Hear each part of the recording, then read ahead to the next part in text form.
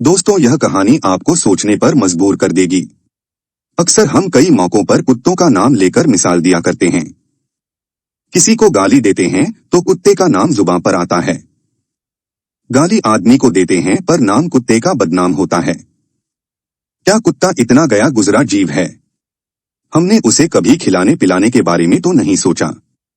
चाहे कितने ही दिन से भूखा द्वार पर पड़ा हो, लेकिन हमें कभी उसका नाम इस्तेमाल करने में लज्जा नहीं आई। आपसे निवेदन है 5 मिनट का समय निकालकर इस कहानी को जरूर सुन लेना। शायद आपकी सोच बदल जाए। नमस्कार दोस्तों, हमारे YouTube चैनल में आपका दिल से स्वागत है। दोस्तों, एक गांव में राजेश नाम का लड़का रहता था। वह बहुत परेशान था। वह बस यही सोचता रहता कि मैं पिछले जन्म में क्या पाप किया था जो मुझे अभी भुगतना पड़ रहा है। एक दिन उसे पता चला कि गांव से कुछ दूर एक महात्मा रहते हैं जो सबकी समस्या सुनते हैं। अगले दिन सुरेश उस महात्मा से मिलने के लिए निकल गया। वहां पहुंचकर राजेश ने देखा कि महात्मा अपने आश्रम में कुछ लोगों को उपदेश दे रहे थे। तभी राजेश ने महात्मा को प्रणाम किया और कहा, गुरुदेव, मेरे मन में एक प्रश्न उठ रहा है। महात्मा ने कहा, भक्त निसंकोच होकर पूछो। आपके मन में वह कौन सा प्रश्न उठ रहा है? तब राजेश ने कहा, गुरुदेव, मैं यह जानना चाहता हूं कि कुत्ते को एक टुकड़ा रोटी खिलाने से मनुष्य को कौन सा फल मिलता है। तभी महात्मा ने बताया, अगर मनुष्य कुत्ते को रोटी खिलाने के 8 फायदे जान जाए तो कभी दुखी नहीं होगा। भक्त कुत्ते को एक टुकड़ा रोटी खिलाने से मनुष्य को 8 फायदे होते हैं, तथा जो भी मनुष्य इन फायदों के बारे में जान जाता है उसका जीवन धन्य हो जाता है और उसकी जीवन में कभी दुखों का सामना नहीं करना पड़ता है। जो भी मनुष्य पृथ्वी लोक पर कुत्ते को एक टुकड़ा रोटी खिलाता है उसे 8 फायदे होते हैं और वह जीवन भर सुखी रहता है और उसे मृत्यु के बाद मोक्ष की प्राप्ति होती है। महात्मा ने कहा, भक्त, तुम्हें एक कहानी सुनाता हूँ, ध्यान से सुनो, फिर तुम्हें सब पता चल जाएगा।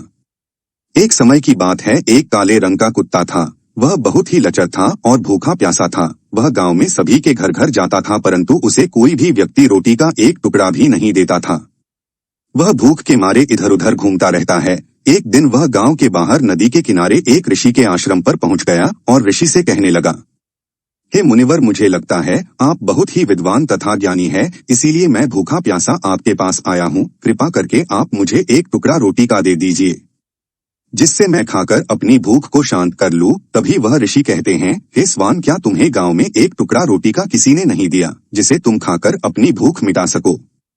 वह कुत्ता ऋषि से कहता है, हे मुनिवर, मैं आपको क्या बताऊं, आप मेरी बातों पर विश्वास नहीं करोगे। तभी वह ऋषि कहते हैं, हे स्वान, तुम बताओ तो मैं तुम्हारी बातों पर विश्वास अवश्य करूंगा।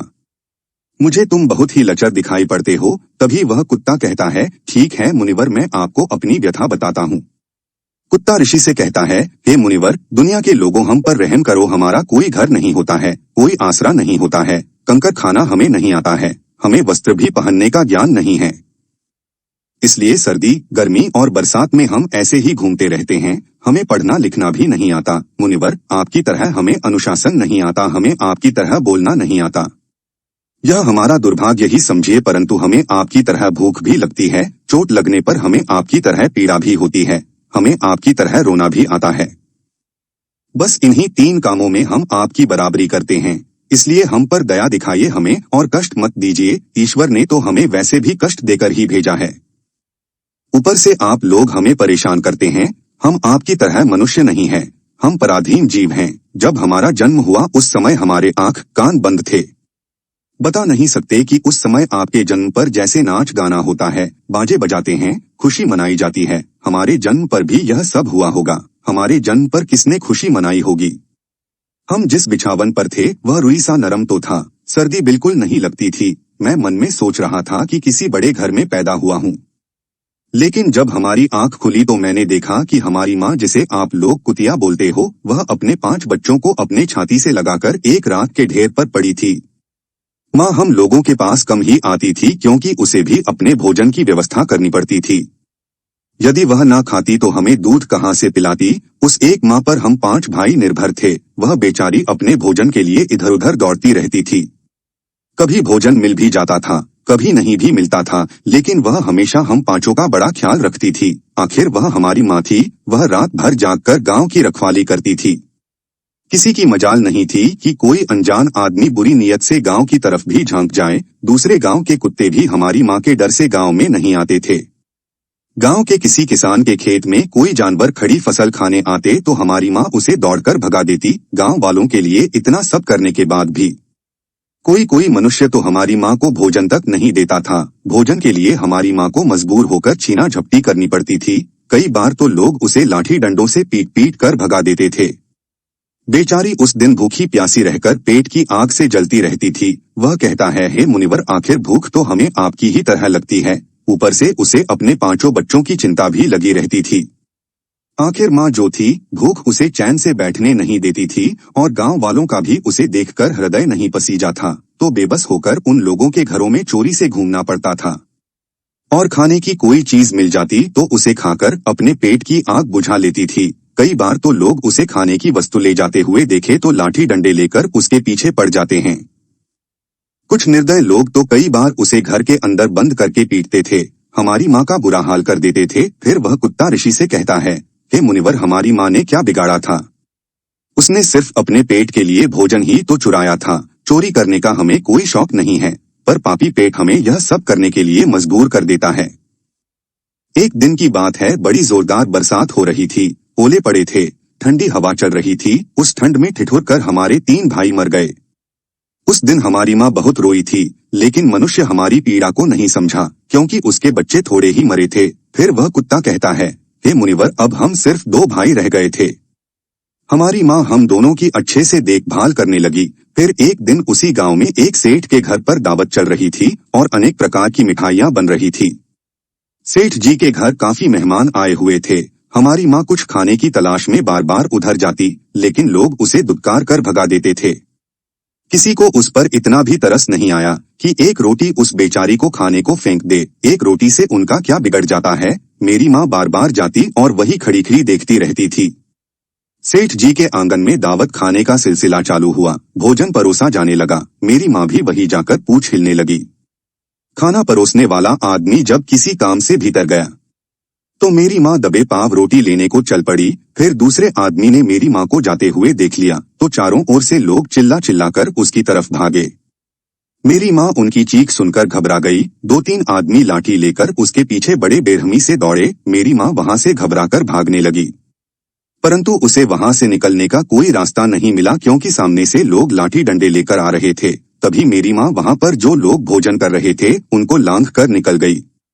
आगे वह कुत्ता कहता है, हे मुनिवर, मेरी माँ अपने निकलने पर इतनी हैरान नहीं थी जितनी कि उन लोगों को देखकर हुई थी जो वहां पर दावत खा रहे थे।